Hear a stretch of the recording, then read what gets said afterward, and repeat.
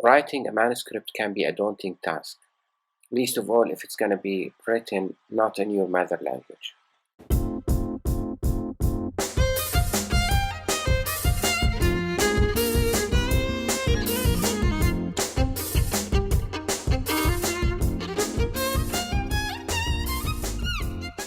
Hello, this is Khalid Al-Hamad. I'll be sharing with you in this video how to prepare a manuscript for publication. This will be done using the Journal of Prosthetic Dentistry guidelines, or should I say by using, or probably with the Journal of Prosthetic Dentistry guidelines. Well, this is what this lecture is all about. We will discuss the following topics: manuscript structure with application on a published article. In this item, we will discuss the different sections of a paper, what content in each section should be included, and also in what order. This will provide a methodical way to prepare the paper that should make it easier. In the next part, we will deal with writing guidelines that will provide you with suggestions for effective English styling, terminology selection. Objectionable terms list will be provided using the glossary of prosthodontic terms. And finally, in the closing remarks, we will go through a quick review of the English articles A, an, and the, and also English propositions. And I will conclude by a brief talk on the submission process and what the editors probably look at in deciding a paper for acceptance or rejection. I'll be using this article that I published last year in the Journal of Prosthetic Dentistry as an example. So let's start with the first part. The structure of the introduction includes a brisk opening, which means that you plunge directly into the relevant literature. You provide the reader with a summary of the relevant literature. This should lead to the problem of the study, and then the objective of the study that should be clearly stated. And this is followed by the research hypothesis at the end of the introduction. The null hypothesis is commonly used, which means that you start from a default position. The variables investigated in the study have no effect on the problem you are investigating. The opposite to that is the alternative hypothesis. The alternative hypothesis is completely the opposite to that, which actually close to what the author doing the study thinks of the relevance of the variables. Now, it depends on the journal specification. You can either use one of them or both, but commonly the null hypothesis is used. And for a thorough review of the literature, most, if not all, references should be first cited in the introduction and or the materials and methods section. In the materials and methods section, provide an overview of the experiment in the initial paragraph, describe what was measured, how it was measured, and the units of measurements, provide complete manufacturer information, describe the experimental design and variables, and also state how sample size were determined, whether if power analysis was used, and also finish this section by stating the statistical tests that were used and the associated significance levels. And for the groups, avoid using group numbers because it will be difficult for the reader to comprehend what the number refers to. It's much better to give the group abbreviations instead. It will be much easier to understand. In the results section, report the results accurately and briefly and describe the most significant findings and trends. For extensive listings, you report the data using tables and figures. But text, tables, and figures should not repeat each other. Results as significant must be validated by actual data and p-values. In the discussion section, start in the initial paragraph by paraphrasing the objectives of the study. It will be a good reminder for the reader.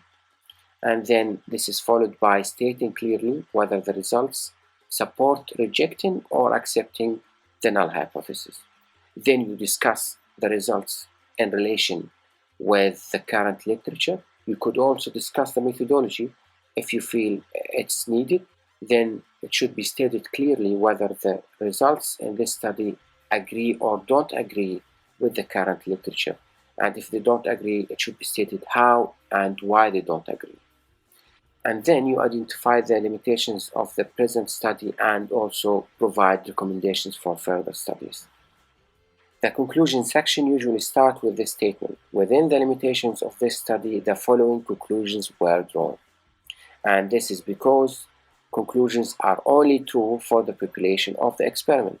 Conclusions should be drawn based on the theory or the hypothesis of the study, and they should not reinstate the results.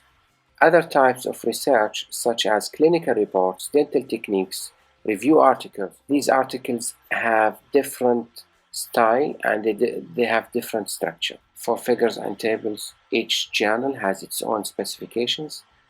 The manuscript should be reviewed that each provided table or figure is cited in the text, and this is the same for references. Each reference provided in the list of references should be cited in the text and vice versa.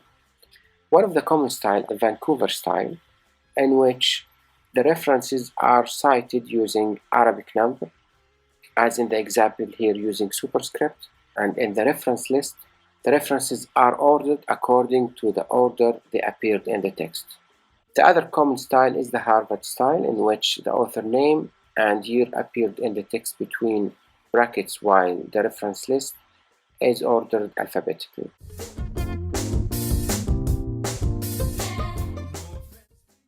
Okay then, let's have a practical application of the guidelines on a published paper. This is a paper that I published in the Journal of Prosthetic Dentistry, Learning Curve of Intraoral Scanning by Prosthodontic Residents. This study investigated the learning curve of participants with no experience of using intraoral scanning. Then the learning curve represented the map between trials and competency. The introduction started by a brisk opening on CAD/CAM technology, the use of intraoral scanning, which was first spelled out and then abbreviated as IOS between brackets. Then the term IOS was used thereafter. Advantages of using IOS were reported, all the way to mentioning the limitations of using a new technology, which is the need for a learning curve or a learning phase. And this serves the justification for the need to do a study on learning. Learning was then defined. Studies on learning in medicine were reported, mainly in psychology, and then in the dental field.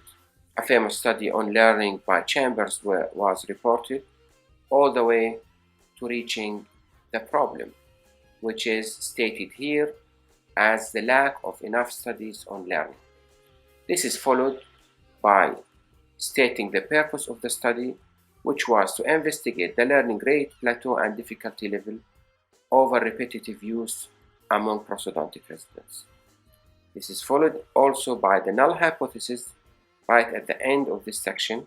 The null hypothesis was that the repetitive use of intraoral scanning would have no effect on the learning rate, plateau, or difficulty level. For the material and method section, this started with an overview statement of the whole experiment. Then what was measured and how it was measured was reported, complete manufacturer information, all the way to report the statistical analysis used in this study. For the results section, results are reported in the same order as in the order of the materials and methods. Scanning time was the first registered in the materials and method, so it was first reported in the results. Difficulty level was the last to be registered in the material and methods. For extensive use of data, tables and figures are used. Tables, as in figures, should stand alone, which means that the reader should be able to understand them without going to the text. Also, data reported in tables or figures should not duplicate what is reported in the text, and vice versa. Tables should have a clear description, and if any abbreviation is used like ST, it should be reported beneath the table. Same as in figures. Figure 1, which is schematic representation of learning, The steep slope of the curve represents the learning phase, and then the curve starts to flatten, which represents the area of competency. For the discussion section, it starts with an opening paragraph paraphrasing the objectives of the study, which is then followed by a statement whether to accept or reject the null hypothesis, then discussion of the methodology, discussion of the results in this study, comparison with other studies, stating agreements, comparison with another study, stating agreement as well. There is another comparison with a study stating disagreement, and also how and why the results in this study were different were reported.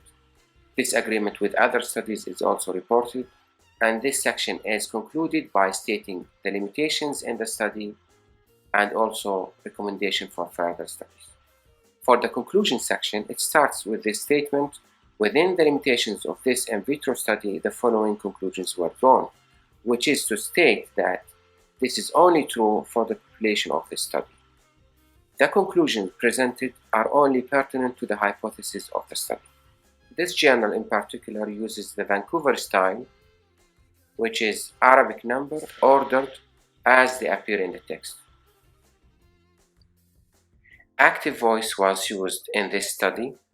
As you can see, CAD/CAM has. The use of iOS has advantages. Learning is defined. Studies, especially in medicine, have investigated. Except for the last part of the introduction, when stating the purpose of the study was, a passive tense was used, and also for stating the null hypothesis. So active voice was used in this study, except for the last part of the introduction section when stating the purpose of the study and the null hypothesis, and also for material and method section and the results section. However, passive tense could be used when stating further information for a particular study, like the study by Chambers. A passive tense was used because further details of that particular study were reported.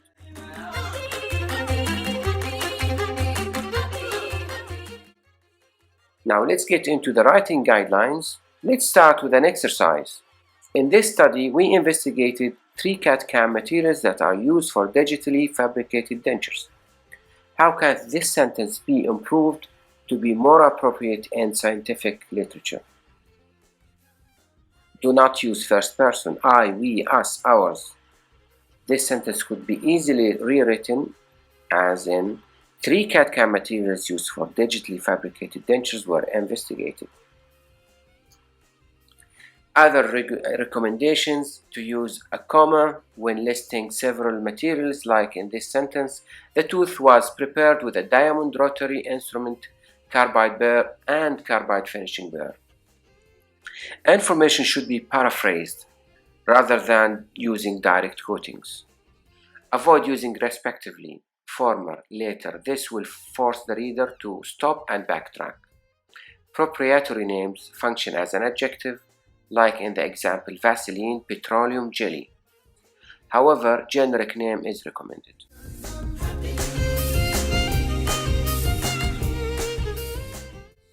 Simple, familiar words provide clarity and impact that the reader can grasp easily and quickly. Use specific rather than general words. Specific terms pinpoint meaning and create word pictures, while general terms are fuzzy and open to varied interpretation. Let's take this example. School children do not like reading books. Compare this to Brian is in 5th grade and hates reading poems. That's very specific. Brisk opening is recommended in the introduction. As we mentioned before, the writer should plunge into the subject in the first paragraph. Limited use of modifying words and phrases. Let's have another exercise. None of the reports about the company's current performance compared with last year's provided members of the board with an understanding of the reasons for the drastic decline in profits. There are 8 modifying words in this sentence. This could be easily rewritten in The financial reports could not explain to board members why profits declined so drastically in the past year. Two modifying words. Even better, the year-end financial report could not explain why profit declined so drastically. Rambling sentences are hard to read and may cause readers to lose their train of thoughts. Short sentences, however, could be balanced with somewhat longer ones to break the monotony. Single sentences, paragraph, or two successive headings should be avoided. Writers who use flamboyant words or overstate their proposition or conclusions discredit themselves. Facts speak for themselves.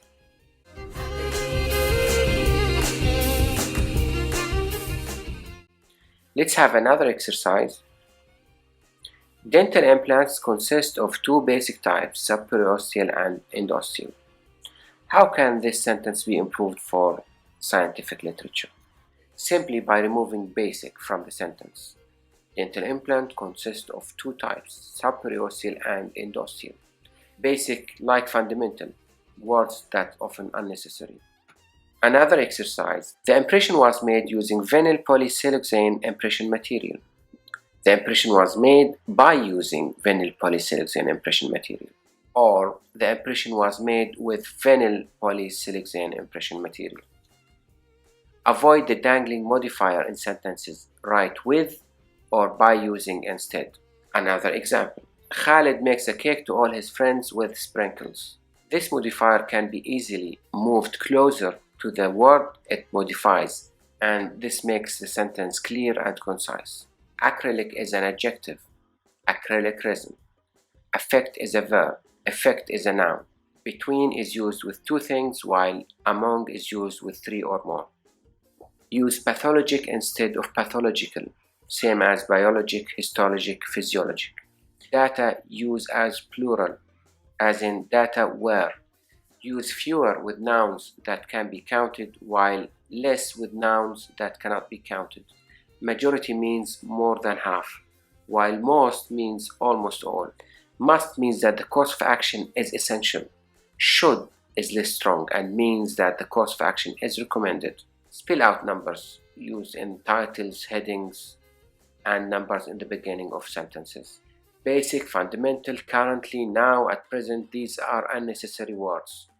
This technique is currently being used. Currently is unnecessary used in this sentence.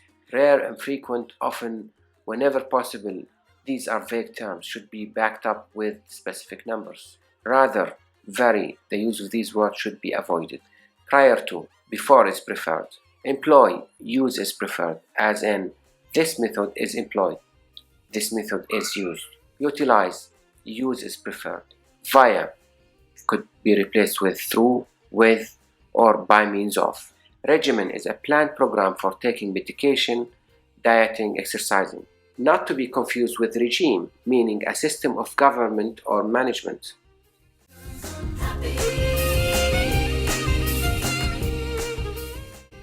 Now let's move into objectionable prosthodontic words based on the glossary of prosthodontic terms. Alginate, use irreversible hydrocolloids. Bite, use occlusion. Bridge, use partial fixed dental prosthesis. Case, use patient, situation, or treatment as appropriate. Cure, use polymerize. Final, use definitive. Freeway space, use interocclusal distance. Full denture, use complete denture. Lower teeth or arch, use mandibular instead. Model, use cast. Modeling compound, use modeling plastic impression compound. Muscle trimming, use border molding. Overbite, overjet, use vertical overlap, horizontal overlap. Preferring, use border. Post-dam, use posterior palatal seal. Prematurity, use interceptive occlusal contact. Saddle, use denture base. Study model, use diagnostic cast. Take impression or take photographs or radiographs, use make. Upper teeth or arch, use maxillary.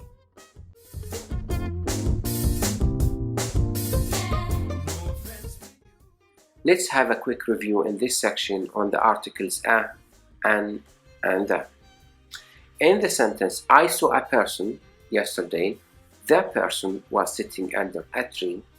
The tree was very tall. When the indefinite is singular, you use a or an, while when the indefinite is plural, you use some. For the definite singular or plural, you use the. The is also used with common names as definite words, like the king, the president, the Queen of England. Other words can be used as definite according to the structure of the sentence, like in this example. A car crashed into a tree. The driver was not injured. Here the driver was used as definite because the sentence implied that this driver is the driver of the car. When talking in general, like in the example, I never have pens when I need them. Pens, we're talking here as the general, as any pen, not a particular pen. And pens are used in the plural form.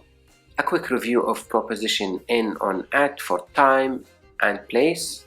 When used with places, in gives a three-dimensional setup or meaning, like in a country, in a room. I'll meet you in the coffee shop means inside the coffee shop, while on the other hand, on gives a two-dimensional meaning, like on the table. At gives a one-dimensional meaning, like I'll meet you at the coffee shop. Not probably within the coffee shop, probably could be outside, near the coffee shop. So it's one dimension. Compared it to I'll meet you in the coffee shop means inside the rooms of the coffee shop. For time, in is used with a time frame, like years. In 2020. On is used mostly with days of the week, like on Thursday, on Friday. At is used with the hours of the time, like at 9 o'clock. Also, in is used with period of times, like in the morning, in the afternoon, and so on. The first thing to be seen from the manuscript is the title and the abstract, and this is considered like the door to your abstract. So work thoroughly on the title and abstract. Another thing is that when editor decide on whether to accept or reject the manuscript, they will probably do that based on whether the topic of the manuscript matches the scope of the journal, whether this manuscript has a message, also whether this manuscript has a high potential for citation. This is, of course, besides that this manuscript is well written.